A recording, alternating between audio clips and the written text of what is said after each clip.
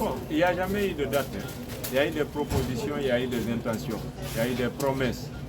Mais dire qu'il y a eu des dates, rien n'a été formel. Le 15 décembre, c'était un vœu pieux.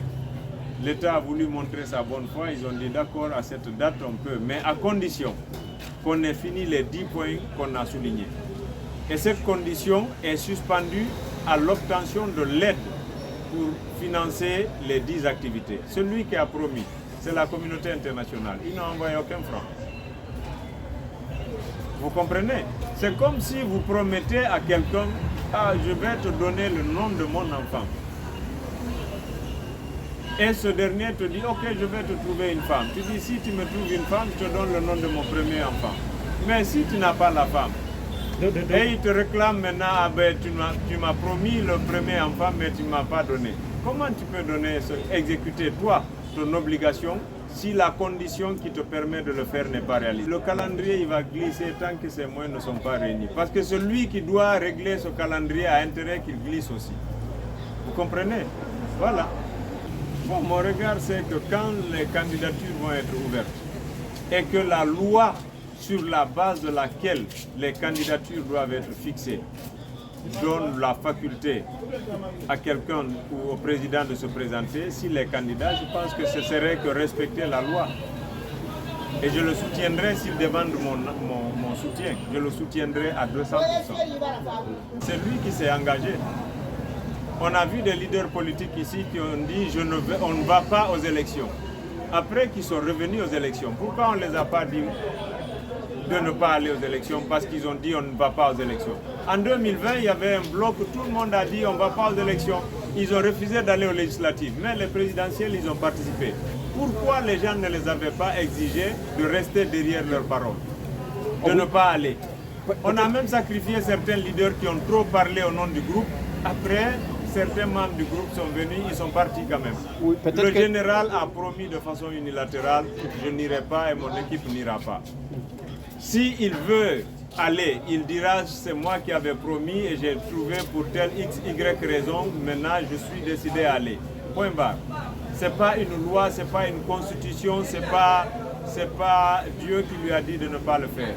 Si c'était l'un des trois éléments, je ne l'aurais jamais aidé à être candidat. Si Dieu avait dit à Mamadi ne sois pas candidat et qu'il veuille le faire, je ne vais pas le suivre. Si c'est une constitution qui a dit tu ne seras pas candidat, je ne le suivrai pas. Aujourd'hui, il y a deux choses qui l'empêchent d'être candidat. D'abord, il est militaire. Un militaire ne peut pas être candidat. Si à l'état actuel, en tant que général, il dit je serai candidat, je ne le suivrai pas. Si la loi et la constitution nouvelle, elle est votée, il est binational.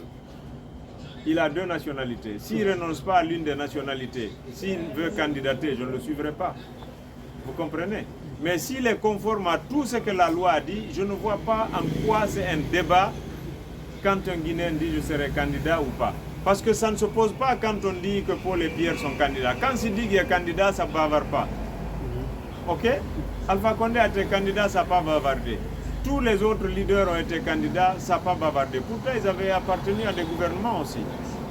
Mais pourquoi quand c'est Mamadi, ça commence à bavarder? Vous savez, en Amérique, c'est le président qui signe le décret de nomination des membres de la Cour suprême. Mais ça ne veut pas dire que toutes les décisions sont conformes au président. Vous avez vu l'ancien président Donald Trump, il est trimballé en justice. Depuis plus de 2 ans, il est à maille avec la justice de son propre pays. Et c'est des magistrats qui l'ont nommé. Donc on doit apprendre que chaque Guinéen soit conscient et qu'il fasse ce que la déontologie de son métier lui exige. Quand vous êtes à un poste de responsabilité, ce n'est pas parce que tel vous a nommé là-bas qu'il va vous dicter ce que vous devez faire. Vous pensez que le premier imam de la mosquée, c'est par décret qu'il est là-bas. Vous pensez que lui, quand Mamadi l'appelle pour dire « bon, mets Bob Marley à la place du sermon », vous pensez qu'il va faire ça? Il ne fera jamais ça. Pourquoi un pauvre fonctionnaire est prêt à aller vendre son âme au diable pour faire l'impossible ou l'illégal? Ce n'est pas au président qu'il faut s'en prendre ou au candidat. En prenez-vous à ces Guinéens qui ne peuvent pas assumer leurs responsabilités dignement. Tout citoyen peut être candidat. Et puis il n'y a pas la prétention, la présomption de culpabilité. dire que s'il est là-bas, il pourrait manipuler tout le monde. Ça, c'est de l'intention. Et il n'y a pas de délit d'intention dans notre pays, et ça, c'est constitutionnel. Le simple fait de soupçonner et d'accuser le président de ce soupçon, vous violez une norme constitutionnelle. Parce que vous le suspectez, et donc vous lui portez si vous voulez, une appréciation dommageable en violant une disposition constitutionnelle. Il n'y a pas de délit d'intention. Et vous lui affligez une intention de vol. Donc vous le jugez en fonction de ça, et vous voulez aller jusqu'à lui refuser le droit guinéen d'être éligible. Toute personne qui dit que le président a l'intention de faire ça et que ce n'est pas normal est dans le déni de la Constitution. L'intention n'est pas à juger. Les mouvements qui se créent, moi-même j'ai créé un mouvement pour soutenir la gouvernance. Ce mouvement, il s'appelle Honneur et Fidélité. Je ne suis pas le coordinateur, je fais partie des fondateurs. Vous comprenez? Chaque mouvement a un objectif et un idéal. Ça ne fait pas de lui un mouvement qui est hors la loi.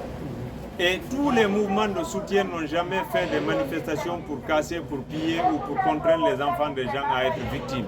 Alors que ceux qui réclament la contestation, la faculté constitutionnelle de contester, a toujours envoyé les gens dans la désolation.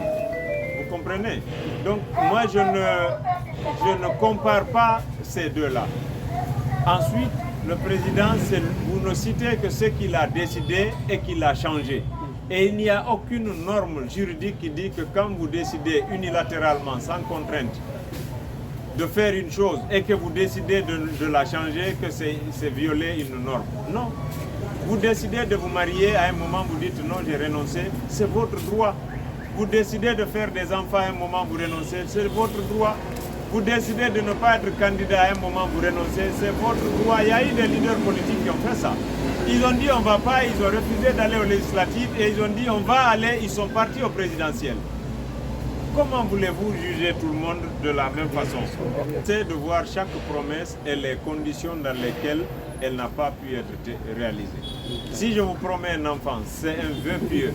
Si je suis stérile, alors je ne vous ferai pas un enfant. Est-ce que ça vous donne le droit de douter de ma moralité? Je l'ai fait de bonne foi. Mais il y a d'autres réalités qui me dépassent, qui font que je ne peux pas venir au bout de ma promesse. Si je donne la main, je la retire, j'en ai le droit. Ça ne vous donne pas le droit de douter de moi.